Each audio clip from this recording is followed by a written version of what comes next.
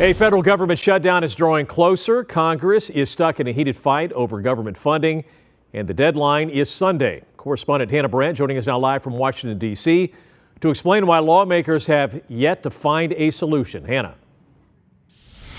Glenn, right now the holdup seems to be over on the House side. The Senate is working on a short-term funding bill that the leaders seem confident will be able to pass, but they do need the House on board in order to avoid a government shutdown.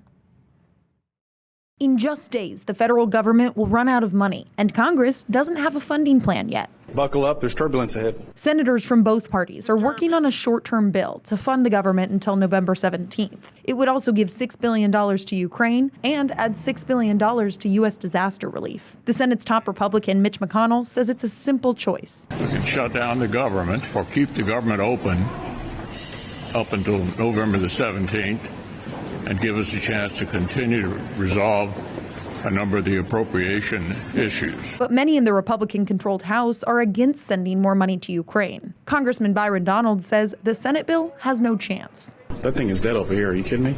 House Speaker Kevin McCarthy is trying to get Republicans to work together to pass their own short-term funding bill. He says they're hoping to vote soon on legislation that would make deep cuts to federal funding and strengthen border security. We're bringing up on Friday ability to fund the government, but at the same time secure our border. So yes, we're doing our job. But even that's not guaranteed to pass in the House because not all Republicans support it, like Congressman Andy Ogles. As of right now, I'm a no and will remain a no. And if they do pass it, the bill is likely to fail in the Democrat majority Senate. The only way out of a shutdown is bipartisanship.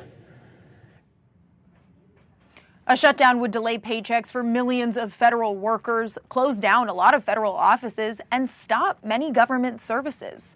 Many lawmakers say that would be devastating for Americans. Live in Washington, I'm Hannah Brandt. Hannah, thank you.